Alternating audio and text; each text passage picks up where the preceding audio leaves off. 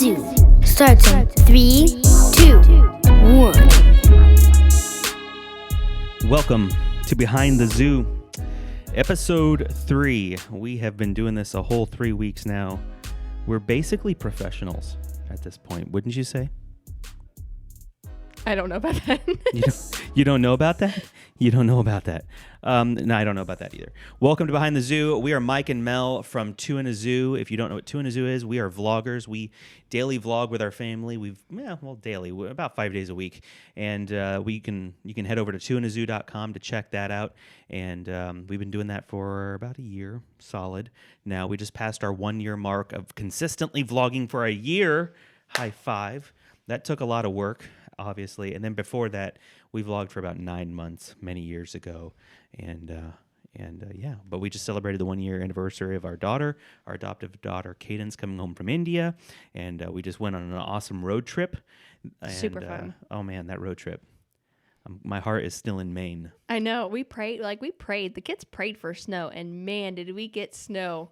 So much. So much snow. I've never seen so much snow in my life. There was more snow than you see in the movies when the director goes and picks and chooses his location to get a snowy scene. There was so much snow. We went to Maine, we went to Vermont, New Hampshire, Massachusetts, Rhode Island, Connecticut, New York, Virginia, and those are the places we actually stopped. We passed through every state between here and there because we road trip. We love road tripping. We tell everyone, like, when we think about traveling, our heart first goes to the road. We think, is this the year we want to do a road trip, or is this year we want to, I don't know, do a week at Yellowstone or a week in one location or go to the cabin or something. It's really expensive to fly for 6 people, so it's logistically. The road wins out financially most of the time. It does not win out in terms of patience. Because as a mom and dad, we're in the front seat. We have 4 kids in the back, and we have 3 rows of seating.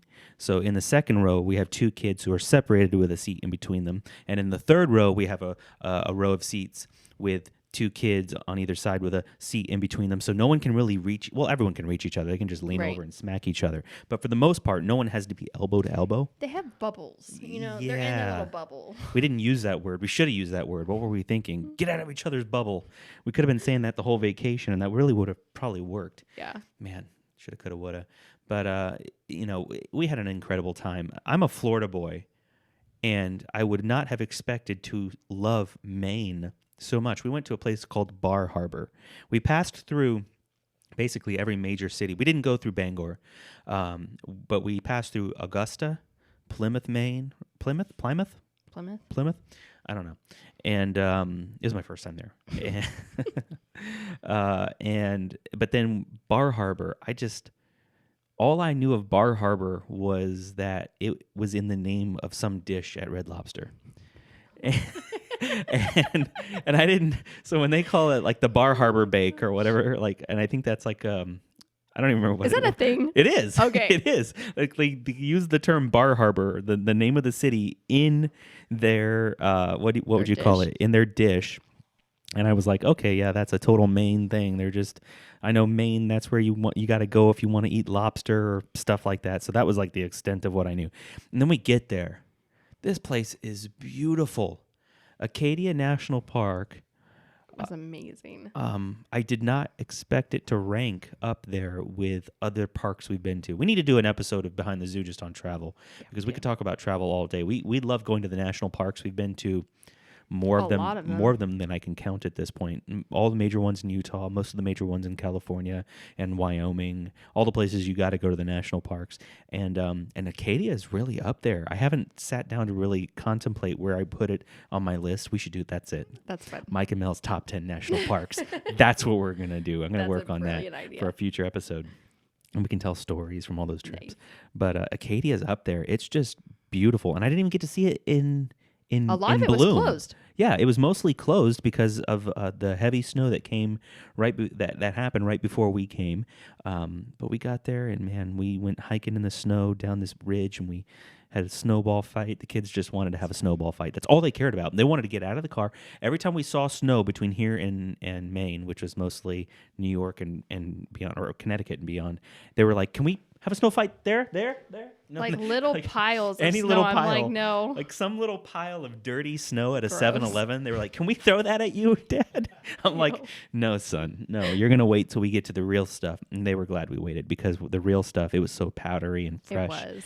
I kept beautiful. singing "Walking in a Winter Wonderland." Not on purpose. The whole time. Not on Walking purpose. in the winter, driving down the roads. I remember it really that. felt like that. You told me that. Driving into Maine, the roads are beautiful. And we were man, really worried I that kinda wanna the go back. roads were going to be icy, and they weren't. Like, Maine takes such good care of their roads. It was amazing. Good job, Maine. Way to go taking care of your roads. That's from Road Trippers. But like I was saying earlier, we like road trips, but road trips always stretch us, especially as a large family. Like we said earlier, we have 4 kids. If you don't know us, we have 4 kids, and their ages are 4, 6, 8, and 9. And, now and then they don't get along. People ask us on our vlogging channel all the time, actually, do your kids ever do anything wrong? And we're not going to talk about this tonight, but we have like the immutable laws of vlogging in our family that you shall not record a child being bad, because our children being disciplined like that, and that's on the list because we don't think they deserve that. We don't know why any parent would do that. We don't know of any vlogging channels that do it, and if they do, whatever, but that's not what we're going to do. We don't, they deserve, I say it all the time, they deserve the space to be imperfect and learn just like I did. And sometimes kids learn the hard ways. So as they go about bickering and fighting, that's definitely not something I'm like, "Oh, guys, wait, before you go any further in that fight, let me turn the camera on. Okay, go. like kid fights. Like brother fights, all out brawls. Yeah, like they don't, we never, like they never want to hit each other really, especially no one hits Katie doesn't hit them. Like there's a clear line where boys don't hit girls don't hit boys, and the boys don't hit each other either. Like they might wrestle, but never in anger. Right. They wrestle for fun. But then when things get like heated, words fly. Yeah, the fists don't fly or anything like that, and we're thankful for that. But you see that, though, put to the test in the back seat of the car while road tripping. The first day like you was wonder really if that's going to hard. Is that going to be the time? Like, when is it going to be that Logan just plants done. one on Caleb's face? He's done. He doesn't want to be touched anymore. I don't want to be touched. He just can't help but hit somebody. Because when you're that close, like I said, we have space in between them in the back seat of the car and in the middle row. But we just know that they're trying each other's patience, and they're taking stuff from each other. They do. All 4 of them do that. They take stuff from each other without asking, and we have to say, "Did you ask permission?" And we have to do that thing. It's like parenting on repeat. But we do it. We try and be patient, and but you just always wonder, like, when is someone going to hit each other for the first time or something? Really deck 'em. And it really makes you wonder, like, how can you parent from the front seat? Like, what is parenting like when you really can't do anything? Like, you can't reach back there and smack them. Like, I don't have a 4-foot, 5-foot arm. Oh, we need one of those grabbers. You pick up stuff off the ground. Yes. Like, just reach back and grab their ear. Like, hey. Or grab their knee. Leave your sister alone. Oh, that would be good. Fantastic. That would be good.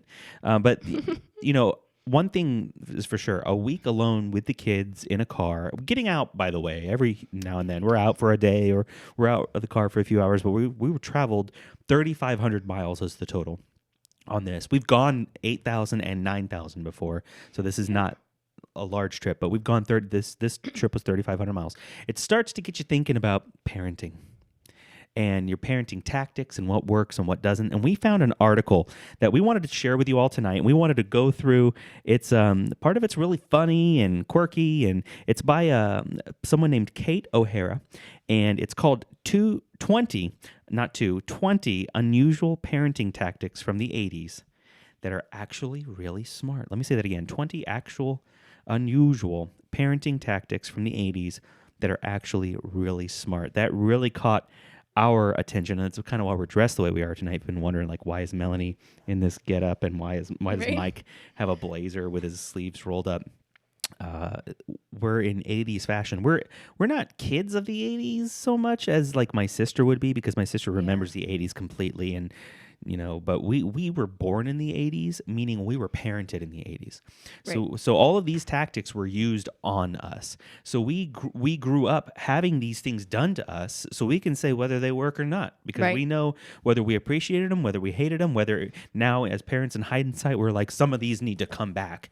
And some of these do need I will to be the come first back. to say I did not realize that some of these have fallen by the wayside, or parents have started to get shamed for doing some of this stuff in order to raise their kids. And these are not disciplinary tactics. Let me make that clear.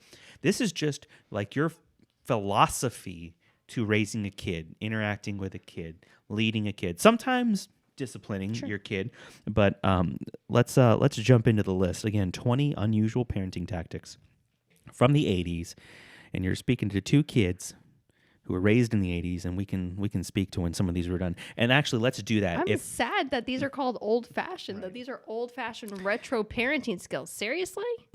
So ridiculous and that'll make more sense as we share them. So this is what we're going to do. As I say some of these, if you can remember, I've already shared the list with you, but as I'm going through this again, if you can remember a time where this was done to you, okay, like let's make sure to bring that up, and let's talk about that stuff and make it really personal, especially if you've got just a good story. I love a good story. So number one, being a bit more relaxed isn't a bad thing. This is number one. Being a bit more relaxed isn't a bad thing. And I've got a little excerpt from Kate O'Hara on each of these, so that what I say isn't left to interpretation. Being a bit more relaxed isn't a bad thing. This is what she says. If they want to play a sport after school or join a club, it's okay. Let them do so, and give them freedom to take the bus home. If your child has interests and you know they'll be safe at school or at a friend's house pursuing those interests, or with a family member while doing them, then the child should be granted that chance. I mean, shouldn't this be obvious? It boggles me that it's not obvious, because this is how we parent. Some of these I read them and I go, are you telling me someone's not doing that? Right. Are you telling me that the reverse is true? Don't be relaxed, or what would be the reverse of this? Be as unrelaxed as you can, and that's a good thing. Like, and reading through the little excerpt, I'm thinking, school, clubs. I was in clubs. I was too. What clubs were you in? You don't want to share them? I was in a science club. I can talk that. I can top that. I was in a chess club. Nerd. I liked my science club. I loved my chess club. We have some people in the studio with us. Rob Houghton and his son Gage are in the studio, and he's back there going, nerds. That's funny. But hey, I came in second place in the tournament, the chess tournament, behind a guy named Dusty, and this kid was so good, man. It would be the kind of thing where I would stare at the board for 20 minutes. I could stare at that board for 20 minutes trying to anticipate every move. I would make my move, and then Dusty would go, checkmate. It was like, not fair, dude. How are you this good? No one could beat the kid. There. I mean, I loved clubs. I was in clubs even in college. Mm-hmm. I was in clubs. If a kid wants to pursue a club, and there's more to it here, or an after-school activity, a sport or something, and they can do so safely at school or a friend's house. Like my parents would be like, I liked football, but I didn't want to play in a league with pads and all this stuff. I just want to get together with my friends and play tackle football the dangerous old school way. Like I remember an episode of The Wonder Years comes to mind, because Kevin's mom didn't want him playing dangerous tackle football, right. And she tried to keep him from doing so. But my mom would be like, just be back by nightfall. Is your homework done? Yeah. Okay, get out of here. And that was good. Sometimes I would come home aching or in pain or bleeding, and she would just take care of me and not make a big deal out of it and say I couldn't go anymore. But she let me pursue that. How much are you really pursuing it? I'm not trying to make a career out of this or go to college on a scholarship. But she didn't try and shut me down. I remember getting so dirty, and my mom didn't Constantly. Even care. Yeah. I loved the dirt, so. You were more of a tomboy than a girly girl, right? Yeah. Yeah. Me wearing pink tonight, it's kind of like, it's my personality. It's like what? No, I'm not doing that. It's like what? Okay, let's go to number 2. Fashion is subject to personal opinion. Let kids be kids. Now, when I read that, I thought to myself, like, I was instantly taken back. And I still want to wear overalls. I was taking overalls. I won't let Melanie wear overalls. You won't let me. How did you just take that conversation and make it public? Now I'm going to have there's going to be a what do you call it? A petition online. Let Melanie wear overalls. Free Melanie. Like, get her out of her complementarian marriage. Oh my God. Overalls. That's funny. So you thought of overalls when you read this, I thought of Jinko jeans. JNCO. I had baggy jeans. I wasn't allowed to own Jinkos. Jinkos were super baggy jeans, and there were levels of bagginess. There were levels of bagginess that were pretty normal, and when you were looking at someone's just the profile of their body, the jeans didn't fan out. They were just very straight. They would drop off your butt and go straight to the floor. Like you couldn't see that you had a butt in Jinkos because they were so baggy. And that's like the polar opposite of jeans nowadays, right? Even the ones I'm wearing, jeans are tighter these days, right? I was not allowed to own Jinko jeans. And my parents had their reasons, which I totally disagree with. But I do look back and say, oh, I'm so glad they kept me from wearing Jinkos. Are you serious? I do in such a way. So I think there were probably some, I can remember this one guy, his name was Spencer, and the ones he wore, I don't know why I know this, the ones he wore were yeah, I could see myself wearing that. But then there were some Jinkos that the way they would fan out at the bottom, almost like bell bottoms. They were ridiculous. They looked so dumb. I'm sorry, they looked so dumb. And I know it's a matter of personal taste. And what this is getting at is not that it's about what the parent thinks. It's that the child has an idea of their own. This is what Kate O'Hara said. This is something that many parents either struggle with or completely embrace. Like opposite ends of the spectrum. Kids will go through a phase of self-discovery, and part of that is learning about their own personal style. That doesn't mean you need to let them go to school dressed that way. And I mean, if you have school uniforms, that kind of takes care of that for you. But if on the weekends or on a day off, why not let them get a little bit creative just for fun? We're so suppressed by society's rules nowadays that we sometimes forget what it was like to feel a little bit independent, regardless of the opinions of others. She gets a little stancy on her soapbox there, Kate. But I get what she's getting at. She's like, there's plenty of structures around you where your kid is told who to be, what to do, what they're allowed to, what careers are acceptable, right, what level of income is expected of them to be happy in this life. So let them at least have a little bit of control over one little thing they can control. And from that perspective, absolutely do I embrace this. Logan is like our poster child for this because he has a style which whatever he can find the fastest, so his socks won't match. I mean, I require his shoes to match because I don't want him tripping or something. But he can literally wear basically anything, as much as And Katie is the same way. She can wear if you can't see anything down or up, based on if she can stand or bend over, we're good with that. So she can pick whatever. Everyone else is okay. I'll just wear whatever. The only thing we correct is if Caleb comes out of his room and he's wearing a shirt and we're like, dude, that fit you last week, and now if you put your hands in the air, I can see your belly button. He's growing so fast. So on the size of clothing, we try and make sure things are fitting appropriately within reason. I know that especially with kids, finding pants that fit for your little child, for a 4-year-old, pants are always either way too baggy or too thin based on their waist size, and it's just a nightmare to find pants for kids, especially with how fast they grow. But we totally embrace this one already in our life, and we think all people should. Absolutely. Let your kid have a style of their own. Doesn't mean they have to like everything you like. It doesn't mean you have to like everything they like. But there's just days that Logan wants to wear tall socks that go up to his knees, and he wants them not to match. And I'm like, dude, I have 2 matching ones. No, he doesn't want them to match, and I've even started doing it underneath my jeans where you can't tell. But I will have socks that don't match just to be kind of like Logan. So do you remember paint pants? Paint pants. Nope. Yes.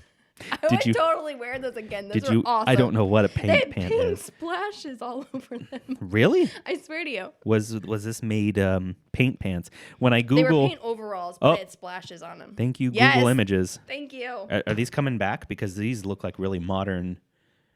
So is it literally like paint thrown like Jackson Pollock? No. Not paint, because most of them like were lead paint back then. 20 things not to bring back from the 80s. No, but I liked paint pants for Lack sure. of safety standards. Let's go to number 3. Music over television can be a big hit. Satellite television, DVDs, high-quality video games, they're all inventions of the post-80s world. Sometimes, though, we forget that back in the day, we had a blast, and this is so true, with our music players. And for me, it was... my first music player was not a Walkman. My parents never gave me one for some reason. I could have had one. I really started asking for a music player when CD players had already come out, but they were the kind that you had to, like, you couldn't move. The moment you move, it skips, and there was no anti-shock protection. Oh my gosh, I feel so old. There was no Gage, do you know what anti-shock protection is? You do. Good. I actually use my Walkman. I have one. Oh, see, that's awesome. That is awesome, Gage. Never stop doing that. That encourages me. I don't feel so old. You didn't have cassettes? I did. So I had cassette players. I never had a portable Walkman. I had cassette players. You I didn't had have a portable tapes. cassette player. I didn't want one. I wasn't asking for one back then for whatever reason, and none of my friends had them. None of my friends wanted them. I guess you were a little older. Well, you know what? I did have one, but I never got my own. I was given one that was my sister's or that was my parents', and I actually went through a few of them. Because I would break every single one of them. I would use them a lot. But the point of this is not, to embrace old technology. The point of this is the music aspect. And it's not that the world has become unmusical. Sure. But think about our road trips. Do our kids want to sit in the back seat and listen to music, which is what I did? When my parents would go on vacation, if I was bored, I would turn on the CD player and I'd bring my CDs. Like, we're in this big thing. Like, it was this big. It was hold like hundreds of CDs, and I had my whole case. And that's all my music, which that whole thing can be like in a little nano chip now, which is ridiculous. But I'd bring my whole thing, in my CD player, and on family vacations. Now we're talking when I was probably a teenager.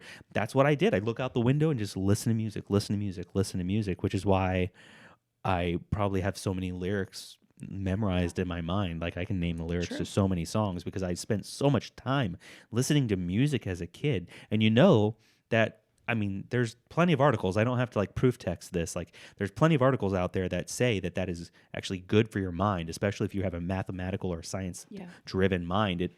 It helps you. It actually just makes you smarter to tap into music. And I think what the article is, it's just encouraging families. I think what Kate's getting at is she's encouraging families not to lose sight of that. Like, our kids don't want to listen to music in the car. They want an iPad to watch Netflix in the car. And I think that's what she's getting at here. What do you think about that? I thought about my family, we used to go on vacations for like 4 to 8 weeks long. And the first one, because we used a little Walkman cassette player, we had this thing, no joke. It was like this by like this, and you had like, I don't know, like 20 or 30, and it would flip up. Do you remember that? I don't know what you're talking about. Generation gap. Generation gap. We were born 2 years apart. No, but yeah, it's just interesting that they want to do movies and that's all they want to do.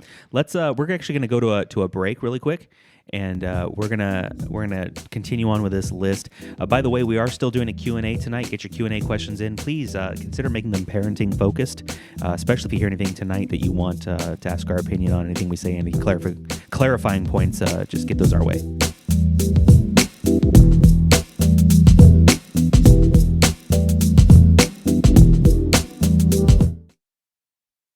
If you're not familiar with our family, we're the Chandlers, a multicultural family of 6. Mom and Dad are the 2, and sometimes our house is just a zoo. We vlog in order to be a positive voice for cross-cultural adoption. Head over to tuneazoo.com and subscribe today.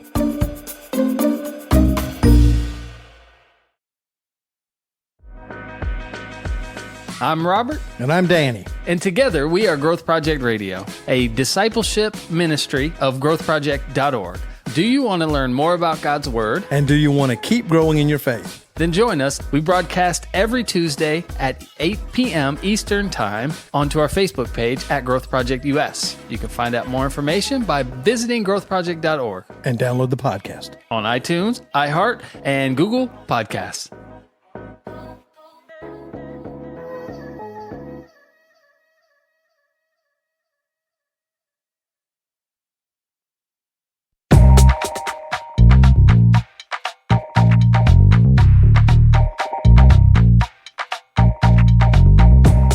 We're back on Behind the Zoo. We're going over 20 unusual parenting tactics from the 80s that very well might be genius. No, I'm just kidding. That very well actually may really be smart, by Kate Spade, and an article by Kate Spade. By the way, we're in our 80s attire. If you're just joining us and you're like, what in the world are they doing? We're in our 80s attire tonight. Got my Ninja Turtles representation on here. Melanie's way more 80s than I am. In all fairness, there's way more a girl can do to be 80s than a guy, I think, anyway. So we're going to jump back into this article, 20 unusual parenting tactics from the 80s that are really, actually very smart. Number 4, playing outside safely year-round is healthy.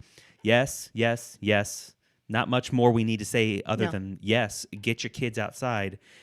I love video games. I will be the first to say, I love jumping on video games and playing with my kids, and there's games I love they don't even know exist yet, and they will when they're teens, but there's time they just got to take a break from the video games and sometimes get outside. And so there's times we just say, literally, get in the backyard, we shut the door, we're inside and we can hear them, we can see them out the windows, but that's their opportunity out there to be independent, to be just a tad separated from mom and dad, with that door shut, where they're in their own little world doing their own thing, and it's a good thing for them. So we definitely encourage that. You can tell with our children if they don't have outside for a couple days.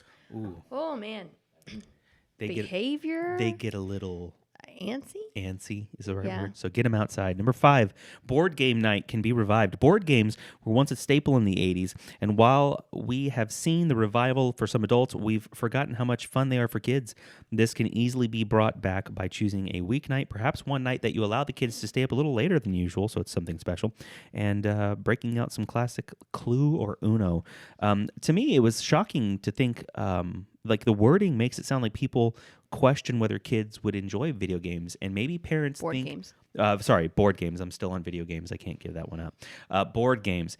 I'm wondering if what Kate O'Hara is getting at in here is that maybe she's thinking that there's an assumption by parents that because our kids love Netflix and love the devices, they can't be satisfied with simple things like a board game with pieces and a die and rules and limitations and taking turns. Maybe she's thinking that they can't. Our kids love board games. They love when we want to turn everything off and sit in the dining room, no sound in the house but our voices, and just simply play a board game. That's great time. That's absolutely great time to be had by all. Just play I almost said video. Board games with your kids. Play some video games with your kids. Number 6, a little bit of independence is okay. If your preteen child gets asked to go to the mall with someone who could potentially be a best friend in the making, it's okay to let them go. This is what Kate O'Hara says. It's okay to let them go and have some independence. If you're concerned, go with them. Nothing is saying you have to be by them the whole time. You can just follow at a distance. But at least if you or another parent is there with them, you'll know that an adult is close by. The same thing goes for things such as school events or grabbing a bite to eat. If they never learn to or become comfortable with being independent, they will have problems later on. This is a great chance to teach them how to be safe, be aware, and always go with their gut. Now, this is obviously, she clarified, this is not for kids our children's age. This is for preteens. And I think preteen means 10, 11, and 12, doesn't it? Is there driving? Is there an official? I don't know. Is there an official cat? Well, preteen. You can't have the word teen, so you can't be 13. So I'm thinking it means 11 and 12, maybe 10 too. So double digits, but not a teen. I would not let my 10-year-old go to the mall with someone. And if I took my 10-year-old with another 10-year-old friend to the mall, I wouldn't be comfortable letting a 10-year-old walk around. So she says preteen. I would say if we were talking about teens, maybe more. Yeah. Maybe the middle school age, would I agree with this? Probably. It's just a dangerous world we live in. And as a parent, if you've ever been a parent, and even for a split second, lost sight of your child in a crowd. Today we did today, that today with that happened Timmy. today. Timmy, for a split second, we said, "Where's Timmy?" And we looked around, and Couldn't find him. he wasn't in our line of sight for either of us. And that is a terrifying feeling.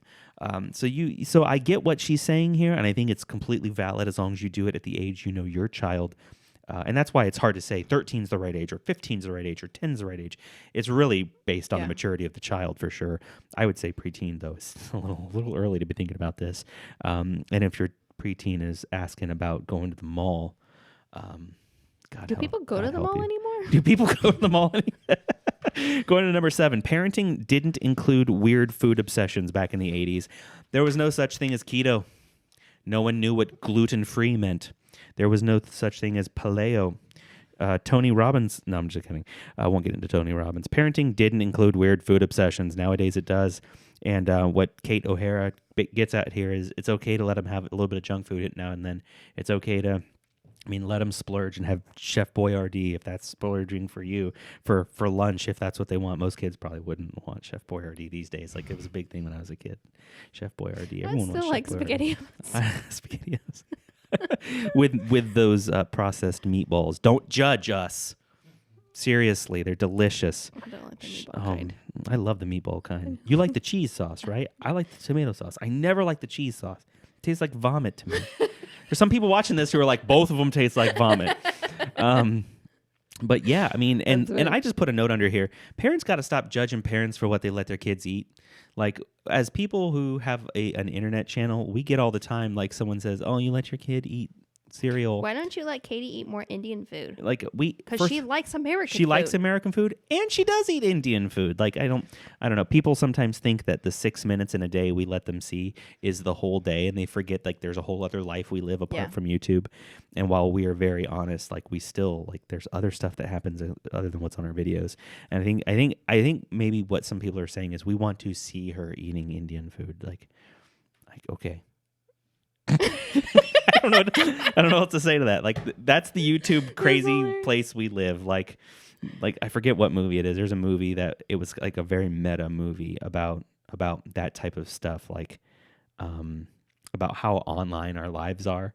Like everyone's life is online practically nowadays, and you can post an Instagram photo of you eating American food, and someone can say, "Oh, hey, has your daughter had Indian food?" But when you put your life in video on YouTube, people get more obsessed with wanting to see this and that and that and this, and please do a video of this, and it's just so hard to keep up with. But that wasn't my point. My point. I digress. I just put a note in here. Like, parents just got to stop judging each other. Like, if I want to let my kid have candy, my kid's gonna have candy. Darn it. Was that too forceful? No. Or did I sound lame trying to be forceful? It was kind of lame. Okay, number 8. Clubs and sports were totally optional.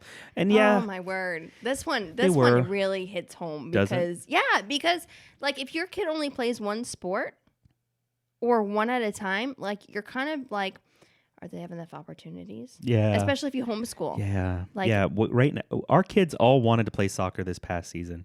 And mind you, our life is very online, so the average person won't deal with this. But we got so many comments like, "Why don't you let them dance? Why don't you let them do this?" Gymnastics. And I'm like, you don't, like, that is, like, dance alone can be a 5-day-a-week thing. Baseball could be a 5-day-a-week thing.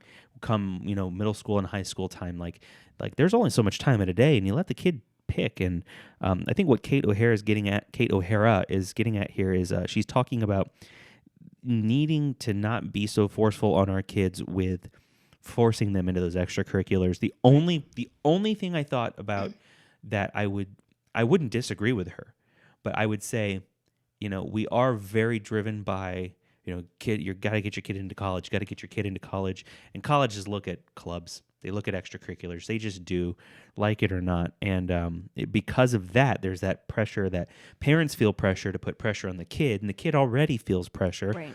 So it's, I think I would add to this, clubs were totally optional, but, if your kid does do a club, let them do the one they want. Like, don't force them. Right.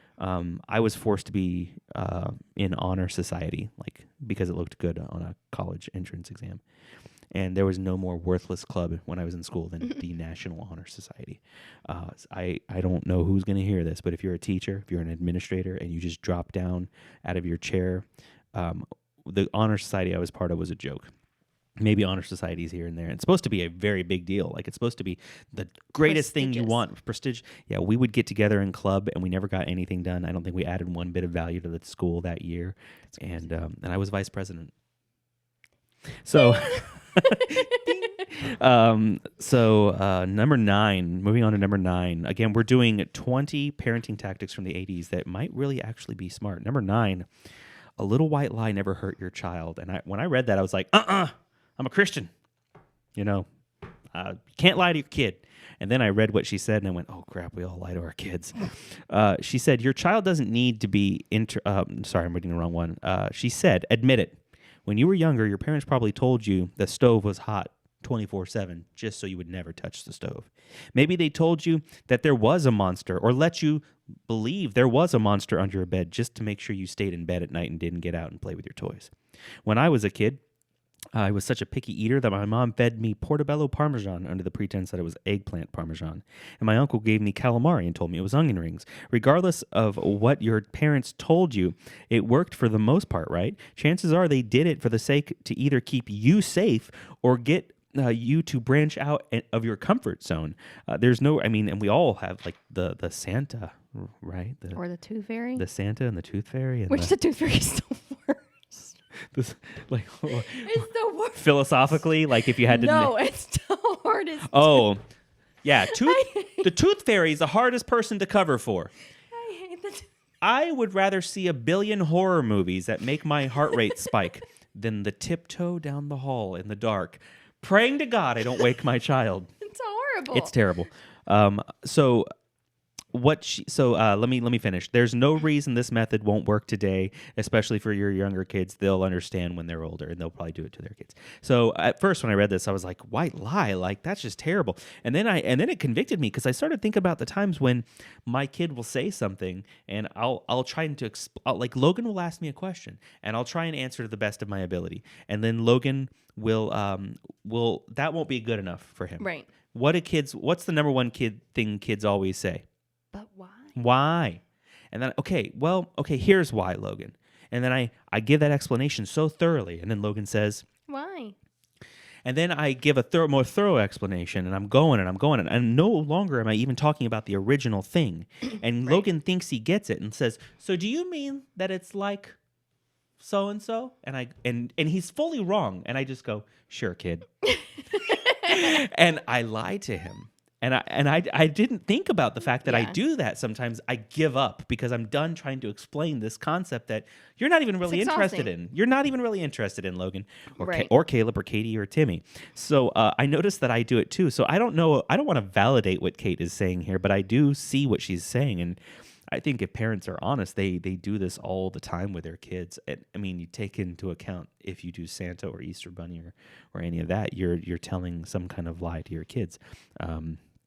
Or playing, or I could frame that and say having some kind of fun game with them, like it's not the truth, and we still tell it, right? Instilling illusions. Beautifully said, wordsmith. Number 10, grounding kids was legitimate and it worked. And I wrote, is there really any suggestion that grounding no longer works? If you don't ground your kids, what do you do? Do you just not parent? Like please comment. I was shocked that this was on here. Because I thought grounding was universally accepted as something that is necessary at times. It's just above standing in the corner. Yeah, I've never thought. I guess I've never thought about the hierarchy of. I've thought about discipline as more of like the tools in my toolbox versus the chart that I'm climbing. I sounded like an evil villain. How can I get through to my child? Yeah, I don't know that I have anything to say about this. Grounding kids was legitimate. It still is legitimate. And I honestly, I worry that if you don't do this, maybe people are taking disciplinary measures like taking a toy away or putting someone in timeout, but never fully grounding them. And everyone has different definitions maybe of what grounding is, because there's probably different levels of grounding. You're grounded from video games versus like when I was in the 6th grade, grounded for 6 months from everything you've ever known. You're allowed to eat, sleep, and drink. That's it. That's like intense. Water and bread grounding. And I needed that. I desperately needed my parents to get a hold of me, and they did. They were tough, and it worked for me. I just again can't imagine there is a not doing thing. this. There is a passive parenting. Well, isn't that more education? Passive parent. Well, it's both. You can Okay. be a passive parenting. You can be passive in homeschooling, or you can be passive in how you discipline your kids. Yeah. And I don't understand either of those. How does that help them with the real Unparenting world? is what you're talking Yeah. about. Unparenting, Yeah, I think, is the unparenting, term. which is And that's not something. so- In fairness, it's not something we know tons about. no. But But the concept alone doesn't make. it confuses us for Yeah. sure. So keep grounding your kids, people. They need it at times. We all need grounding. And I mean, just think of the term grounded. We're keeping them grounded. Sometimes when our kids get a little too uppity, they forget who they are. They lose their humility. Yeah. They got their head in the clouds. They need a good grounding. And that's literally what it is. Okay, number 11, more independence means bigger responsibility. The reason kids grew up, this is Kate O'Hara again. The reason kids grew up so quickly in the 80s was because we did have the independence to figure things out on our own. Our friends were our biggest confidants. My sister will attest to this. And we learned how to live life through living it. Of course, things are quite different nowadays, but that doesn't mean that your child can't be allowed to make mistakes. This is how they'll learn, and it'll also teach them a sense of responsibility. We're also quick to shelter our kids, but do we know what we're really sheltering them from? That was a convicting statement. Do we really know what we're sheltering them from? Because sheltering, when you don't know what you're sheltering your kids from, is kind of stunting their ability to grow as a human. So I understood this one, especially letting them make mistakes. There's times Melanie and I will purposely let our kids do something that we know will end in struggle or failure for them, but they will be so determined to do it that we say, go on, and we watch them make the mistake, and that's how they learn. That's sometimes the biggest learning opportunity. Number 12, kids will be kids, and yes, they'll also probably get hurt. They'll scrape their knees, they'll get bruised, but the important thing, they'll keep going. When we were younger, if we got hurt, most of the time anyways, our parents would ask us if we're okay, give us a Band-Aid or some antiseptic, and tell us to get back out there. And that's exactly what my parents did for me. You? That's what we do with our kids. If you're not bleeding, shake it off. Oh yeah.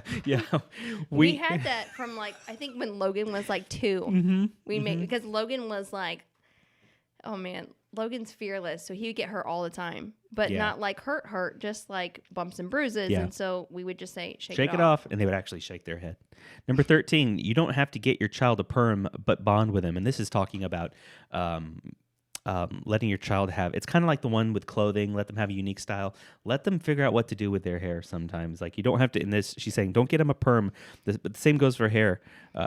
What's the harm if your child wants highlights or a certain undercut? Hair grows back. When I read that, I was like, oh, yeah, it does. This Dang. is why our kids have long hair. Yeah, because they want him. People say, it's time to cut your kid's hair. I'm like, my kid's hair is his identity.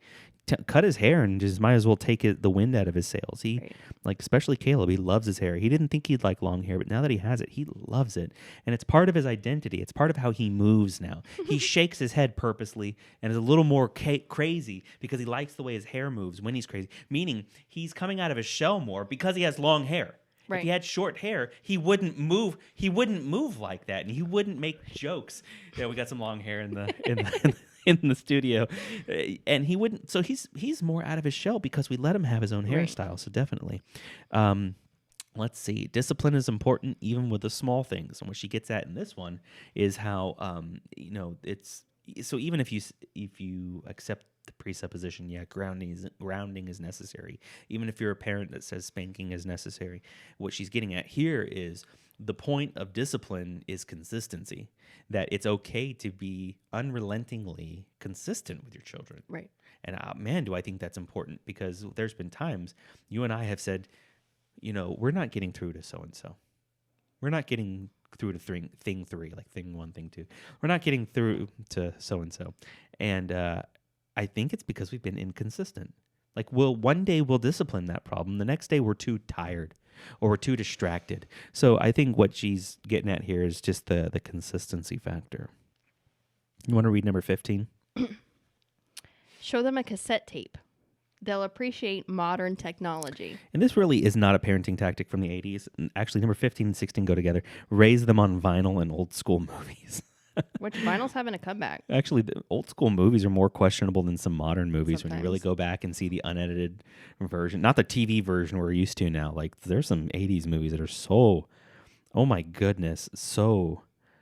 they would trigger any feminist in the world. Like, doesn't matter whether you're a feminist or not, they should trigger any woman. Like, oh my gosh, this is acceptable for boys to do this to girls or for it to be glorified in a movie.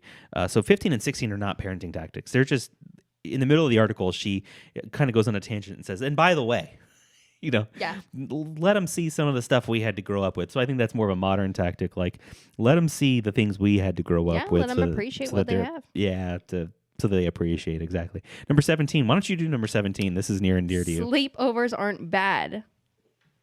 Loosen the reins. I wasn't... Well, okay.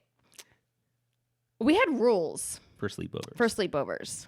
And so did we. My parents were way more open to having sleepovers at my house than for me to go over to someone else's house. I went to 2 sleepovers at someone else's house. My mom was the growing up. reverse. She didn't want anybody in her house. She was like, you can go anywhere, but I don't want anybody in my house. That's funny. But so this is like saying, loosen the reins. Like, yeah, I agree with this. I mean, at sleepovers, I learned independence, but it was totally a controlled independence. Funny thing about sleepovers is you feel like you're so independent, but it's an illusion because you aren't. Like, you're just in someone else's house. Until you make a bad Maybe with- choice and your parents get called at 3 a.m. True story. Yeah, exactly. So that independence is an illusion. So what happens is if you're it's kind of cool. It's a good tool, actually, now that I think about it, because if your kid's gonna screw up, they're more likely to do it in someone else's house than yours. So it's a way to give them the illusion of independence so they can practice independence. But if they have some sin dormant in their heart that they're just dying to commit, send them to someone else's house and let them spend the night. And then you might have the opportunity to shepherd them the next day when you pick them up because they finally did that thing they haven't had the guts to do in your house. Totally something I did when I went to a sleepover one time. Like, we didn't call them sleepovers, we were boys. Like, we camped in the backyard. They weren't sleepovers. So number 18, simple can be much better. Overthinking is the enemy of parenting. It's the enemy of everything, really. It's okay to talk to your kids, to make mistakes, and to be unsure. It's okay to go with your gut and to make decisions based on your intuition. So she's just, I think what she gets at here is just probably something I can attest to. Parenting has gotten harder as the world has gotten more complicated. Is that a fair thing Yes. to say as a millennial? Because I don't, it's not like it's not like I'm 50 or 60 and really have the long-term vision to look back and say, oh, there was a simpler time. But I even feel There was a simpler time. I even feel like when we were 5 to 8, things were so much more simple. You just came home, you did your homework, you had dinner, you played in the backyard, and we were a video game household, but I wasn't allowed to usually have free reign of that, so I might have got a little bit of time to play video games, but it was nothing like it is now. I wasn't able to watch anything unless it was with mom and dad. So the TV was off. the TV wasn't something that I had free control over. Not unlike my kids. Right. Yeah, and there's times where our kids, like, the thing is, TV and devices make everything so accessible. Like, we'll walk into a room where, like, I didn't even know we were going to, and I'll say, hello, did you ask to get on Netflix? What are you watching? And Right. because we have Netflix locked down in a certain way, we're pretty positive anything they could find on their kid account would be fine. But it's still, everything's so accessible. It's Yeah. non-simplistic. So Right. whatever you can do, I think maybe what Kate is getting at and what I probably agree with is whatever you can do to simplify would be a good thing. 19, probably something we might disagree about. I don't know. I think we have some commonality. Number 19, less censorship back then promoted more honest talks. And so definitely not. You're thinking you grew up in a household where you weren't allowed to watch TV if mom and dad weren't watching with you, you said? I didn't have free control over the TV. So we had after dinner, we had family time of TV. Okay. And we would be in bed by 8-ish. Okay. I think it was similar, but what what I wrote on the paper here was I want to use a movie that I grew up on as an example, The Christmas Story. Ralphie, you'll shoot your eye out, kid. That movie has curse words in it that I didn't even realize were there probably until I had kids, frankly. You hear everything. Which we watch it, but we censor. Yeah, now we'll watch it and we'll like mute that or whatever. And even then, I'm like, I've gotten to the point that I'm like, why am I muting? What's the point? Because your wife said so. Well, because my wife said so. My wife's freaking out going, where's the remote? Where's the remote? But then I'm thinking, I know my kid's going to hear that somewhere else. And when he hears it somewhere else, he's not going to ask me what it means. So I know there's no, and that's what she's getting at here. What she's saying is using a little less censorship creates the opportunity for your kid to hear those things in a context where you're together with your child. So your child can ask you, what does that word mean? And you can say, oh, well, originally that was a word used to refer to a donkey, but some people wanted to use that word to Be funny and be hurtful. to belittle other people and call them a donkey. So now that word has become a curse word. So depending on how you say it, like we said the word ass in a song today at church because it was referring to a donkey in a Christmas song. And I'm like, oh my Lord Jesus. Lord Jesus, come back now. No, just center my kids. Make sure they didn't hear that. Oh, they totally did. And I didn't sing that word because You didn't sing that word? Oh. I didn't. Legalist. No. Legalist. No. It's That's- just me. No. I did. I totally did. But then in the moment, I was thinking about Caleb. Like, this is going to be a conversation, and it hasn't been yet, but it should be because now it brings up the opportunity to tell him what the meaning of that word should be and how language has been degraded, and that's what happens. So, my family watched things like Ralphie. My parents took me to see Titanic when it came out. I think those were we did too. the first boobs I ever saw. We went to Titanic too, but I don't know. And I was did your brother have to older. close his eyes when Kate Winslet was... Mama too did it. Did she? Oh, my goodness. No, my parents wouldn't have done that. My parents... Gage, close your ears. No, my parents didn't block that stuff. I saw Schindler's List, and that's an incredibly moving movie, but there's nudity in it because they show the gas chamber scenes and all that. No one was... My mom, actually, I think when I saw that, I might have been younger than when I saw Titanic. And no, my mom didn't lean a hand over because it's not about... What she didn't want me to focus on was the nudity. Right. There was something much more... I don't even have words to describe it. Terrible going on. There's a terrible thing I'm witnessing in this movie. And that I can understand. Yeah. But when Star Wars has words that the I don't D-word like, and all this stuff, yeah. that I'm like, and they like, I guess for me, the words that if you have to put a curse word in to get a different rating, I'm not okay with that. Yeah. I'm so not okay with that. And like, yeah, there's so I forget which rating level it is, but you can have one F word in a PG movie, is it? 13. Or PG 13? Well, it's something like that. Yeah. And as long as you don't use it twice. So the movie Hitch, for instance, it's a rom-com, Hitch, right? The Holiday. He just lays the F-bomb in there for some reason, and it still has the lower rating. So I mean, or geez. how about The Greatest Showman that uses the D word twice? Okay, yeah, it is in there. It doesn't even make sense how they use it. It's not necessary. It's not necessary. Well, I think an artist would sit down and say, well, do we want to show that period in history for real? Like, how did men speak then?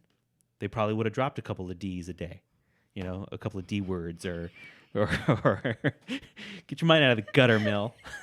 It wasn't that. D I was words. just laughing because it was ridiculous. A couple of A's or D's, an F here and there. They would have said that. So an artist would tell you, well, to be true to the period, I have to... You have to? I have to. Well, and it's debate. It's not necessary. Isn't debate a beautiful thing? Number 20, get your kid on a bike and get them out of the house and let them use it. Totally, man. Like, I would use my bike to drive up to Richard's Fish Camp and use my Really? Oh, you know Richard's Fish Camp. It's your neighborhood, obviously. And I lived on Skyline, so my friend Scott lived over on Compass Court, I think. And Scott Mayhew, if he ever watches this, he and I would get on our bikes and drive down to Richard's Fish Camp and use our allowance money to grab snacks and go back to his house and watch a movie or something. And that's probably 3 miles. I don't know, 2 miles, 3 miles. But I felt like like I was on an adventure every time I got to go off Skyline Drive Yeah. on my bike. So yeah, get your kids outside. So we are actually coming down to the last segment. What we're going to do, we're going to go to a quick commercial break, and then we're going to have a Q&A when we come back. We might go a little long tonight. We'll see. That's fine. But that's the list of 20 things from Kate O'Hara, 20 parenting tactics from the 80s. And it's pretty valid stuff that I hope is, for the most part, still around. I think that would be my sentiment. You? I would hope so anyway. Likewise. So we'll be back in just a second. Again, get your final questions for the Q&A. We're going to try and get all the parenting ones in for sure. We'll be right back on Behind the Zoo.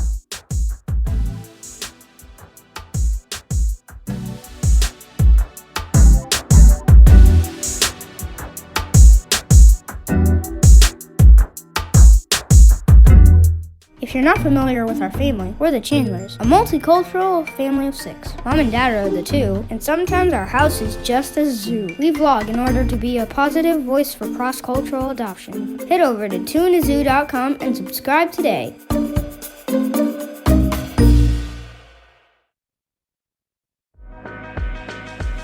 I'm Robert. And I'm Danny. And together we are Growth Project Radio, a discipleship ministry of growthproject.org.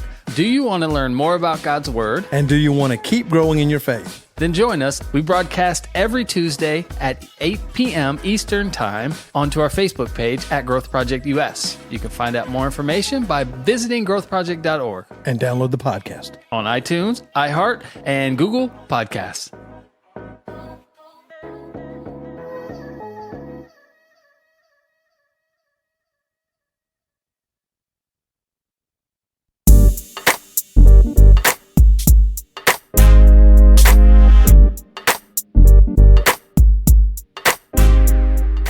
We're back on Behind the Zoo. I'd like to start segment 3 by reminding everyone I am a pastor.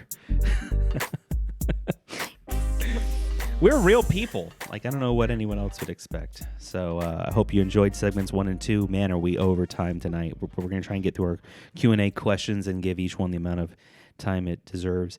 Question number 1, has Katie seen the Gotcha Day 1-year reaction video yet? If so, could you tell us about her reaction? She has not seen it. We're planning to record her reaction. She's not going to have an incredible, No. I mean, she could surprise us and cry. Like, that would be the most, I don't know if the she's biggest that thing I could hope emotional. for would be that emotional. But she's, She's more even keeled than that, I think. well, to be frank, 6 years as an orphan makes you very hardened to showing emotion. And it makes you, like, they're even taught to play all their cards close to their chest and not show emotion in the orphanage. And that's one of the way the orphanages are able to keep control of everything, is by keeping everyone very, mediocre in their ability to show Flat emotion. in emotions. Flattened is the right word. So, I don't know. We will record it. We'll get her reaction watching that, for sure. We have another question. What was your favorite memory with Cadence of when you were in India, aside from Gotcha Day, of course? Do you have a favorite? I honestly, I think that bathroom scene when where we were playing the bubbles. the first day. Yeah. That was great. I was going to say that I don't know if I can pick one. Every moment was a moment I was trying to just hold on to, quite honestly. Yeah. Every little, because I knew we were never going to have those 2 weeks again, that it was such a special time, that we were never going to be able to travel alone with her ever again. And but to your point, the first day was really special. Sitting on the bed, her eating her apple, and she's watching cartoons like she's in a normal, safe space. Yeah. And I was looking at her, admiring her, knowing this should be really hard on you, but you're able to sit here and take it and be happy. So I was really impressed by her just from day one. Question: because of your vlogging, I'm sure there has been times you or your family have been recognized in public. Can you tell us about some of those experiences? Not as many times as you would think. Yeah. There The people that don't come up to us. there There are, were some people in New York that said, "Oh, I know who you are," or I but they saw didn't- you. Yeah, or I saw and us. didn't come up to us. I think people are hesitant to come up to us because they don't know what to say to a vlogger. And quite frankly, I won't know what to say to them when this starts happening more, because it's like, we're real people. They're not going to catch us like, hey, welcome to Two in a Zoo. Like, we're not going to be like in Bob Saget mode or like game show host mode. We're going to be like, oh, what's up? And they're going to go, oh man, you're a real person. And I'm gonna be like, you want to be on a vlog or something? I don't even know what I'm gonna do. There was someone. We did have some people bump into us at Disney here and there, but they were it was just really laid back. Like, oh, I love your channel. Cool. I watch your videos. Are you a vlogger? Yeah. People asking if we're a vlogger because of the little apparatus we carry around. Do your children express any interest in clubs? I know they are homeschooled, but I was just wondering if they were interested in any clubs. Would you let them join any? Sure, absolutely. Interest. I don't know if any of them have really expressed. Most of them are interested in either a sport or gymnastics. And Katie has shown expressed an interest in dance or gymnastics, but very like not consistent. Yeah, she'll want it, and then she'll be like, "No, I I'm don't think gonna do Right. soccer." Logan changes his mind about what he wants to do every day. So for now, it's soccer, but and basketball is on Logan's mind. Do you think Katie would be all right with you sharing on Instagram those photos in her orphanage scrapbook? I think everyone would love to see them. Yeah, that's not a bad idea. We've never done that, but no, because we're still Some of them. We're still at the 1 year anniversary. Anything not super personal. Yeah, there might be some that are really personal, but things that showed what her life was like would be kind of cool that. for our audience. Good idea. Do you notice a difference between parenting boys and parenting a girl? Ugh. Oh boy, yeah, like night and day. We only had boys, and in the I was such a great mom until Katie came, and I'm like, oh, don't say that to yourself. Well, you thought you knew 3. By the way, that was crash and burn. Great sound effects. I'm going to go ISO that one for a future episode. No, it's you're different. You're a It's great different. mom, but I get what you're saying because we thought we knew everything there was to know. We got really good at parenting boys, and then this little emotional creature who you couldn't read Total game changer. entered into our life, and everything's fine, and she'll go, "I'm fine," and you know something's wrong. I'm fine. Are you embarrassed? I don't know. Then if you just stare at her, she'll start crying. And I'm like, "Baby, what's wrong?" And I don't know. So it's she shows emotion now and then, and it could be when she's nervous or feeling. She definitely shows emotion more when she's feeling like she can't do right because she has this innate desire to do right, or like most adoptive children, honestly, to please mom and dad. They go home and they just want to. I want to be I don't know if people tell them this in the orphanage, but they have this thing that in them that I want to be the best kid I can. I want mom and dad to be so happy they adopted me. Mm-hmm. And then when they're imperfect, like is normal, we're all sinners falling short of the glory of God, and they can't achieve that. It's tough. So there's been times that we're not mad at you, honey. Like it's just math. Right. But she feels like she just wants to do right so much. And then the boys are just like, whatever. Like they totally don't feel that burden. So part of it's because she's a girl, but we acknowledge part of it could be because she's our adoptive daughter and we're still bonding. Sure. And she still probably has that desire to please us. So we don't even know if that's a boy versus girl thing. We don't know. I don't know. So we're still figuring this thing out. If we look like we got it figured out, we don't. There's plenty of stuff you don't see where we struggle to just try and understand the differences. And that's Melanie being a girl. It's still, is it any easier to be a girl? No, because does that give you any edge on I'm parenting not a girl? Like my personality is just not like the typical girl. So there are things that yes I can understand about her, and then there's things that I just don't understand because I didn't go through them. Yeah, and you're a different person. You didn't walk her path, right? So it can only do so much to be a girl. Being a girl can only give you so much of an edge on raising a girl. It's just like being a boy. A complete disadvantage. Or that's true. You know, that's true because there's ways that you're able to get through to the boys that I am not because I'm a man. Right. And because I'm trying to raise them to be masculine men. Sure. Yeah, that's interesting. Is it true Mike's father was/is a pastor? Melanie's father is the pastor. My grandfather was a deacon, a worship leader, everything but the pastor. He was kind of like the trustee, the guy to flip the lights on, lock the church before he leaves. He was there just consistently serving his whole life in the church, but no pastors in my family that I know of. Actually, I want to research in the family and see if there are any pastors. Lots of pastors. But yeah, almost every like every generation. Every in some generation has way. at least a one. Yeah. So that in our At least two. generation, it flipped over to my side. So it's still Yeah. I'm still carrying it on for your family. When Cadence first came into your family, how did you handle a language barrier? How was the process teaching her English? We used something called Google Translate. You can actually see that in our early videos. Google Translate, thank God, had just released the Bengali language for their platform. I think the year, or recently anyways, before we went to bring her home. So we were able to start using that, practicing. We learned probably a vocabulary of, I always forget how many, probably 30 to 50 words. Yeah. I really don't remember how many. 30 to 50 words to be able to bridge that gap.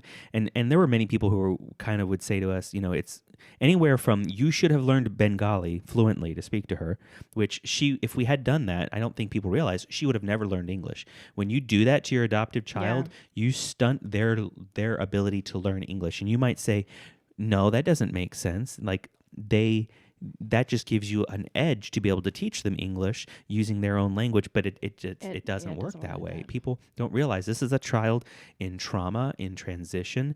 The best way for them to learn a language is by immersion, not by mom and dad learning their native language and giving them a crutch on which to rely, and a crutch that ultimately tells them they don't need to learn a new language. So our approach is now to look into Bengali, what would you call it, tutoring or... when she has a good grasp on English. Yeah, as she continues to improve in her grasp on English, we're going to get her some kind of something. We don't know what you would call it. It's not remedial because she doesn't need to, she's not behind in Bengali, but it is still like... A refresher. Refresher. Yeah, a good refresher to make sure she doesn't lose the grammar and stuff too of the language. I'm forgetting the original question. So we used Google Translate, and then we just started teaching her, using that to teach her English. Mommy started teaching her sight words. We tried to work on her early vocabulary. We taught her the basic words we knew she would need week to week, day to day, that if you don't know how to say good, bad, bathroom, food, hungry, tired, pain, things basically, very basic words, she was going to just struggle to get by. So she learned those words very quickly so that anything super important, she would be able to tell us, and she could be safe. And then from there on, Melanie just started at the basic level teaching her English. Yep. So what you see in our videos is the result of Melanie putting in a lot of work. Did Katie struggle with family rules? Do you suppose her life in the orphanage was less or more structured now? Far less structured, just because of the amount of kids to adults. Yep, exactly. The ratio of kids to adults. There were 50 children in the orphanage when she was there, and there's not a lot of one-on-one time. There's a lot of things that happen in the orphanage that the adults didn't know were happening.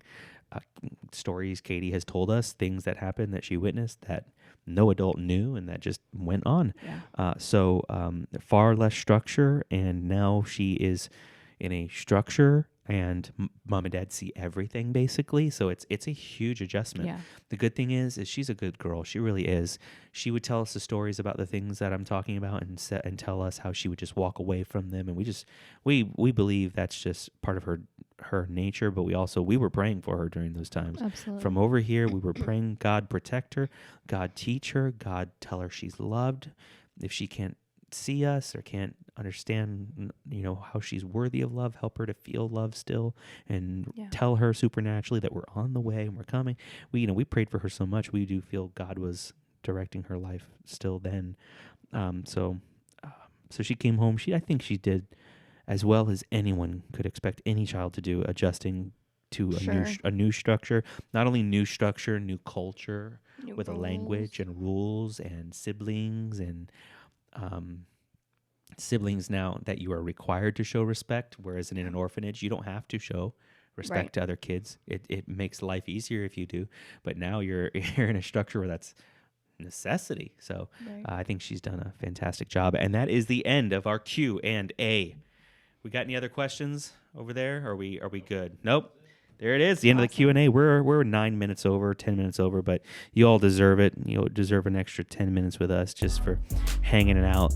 This has been another successful episode of Behind the Zoo. In the books, babe, episode 3.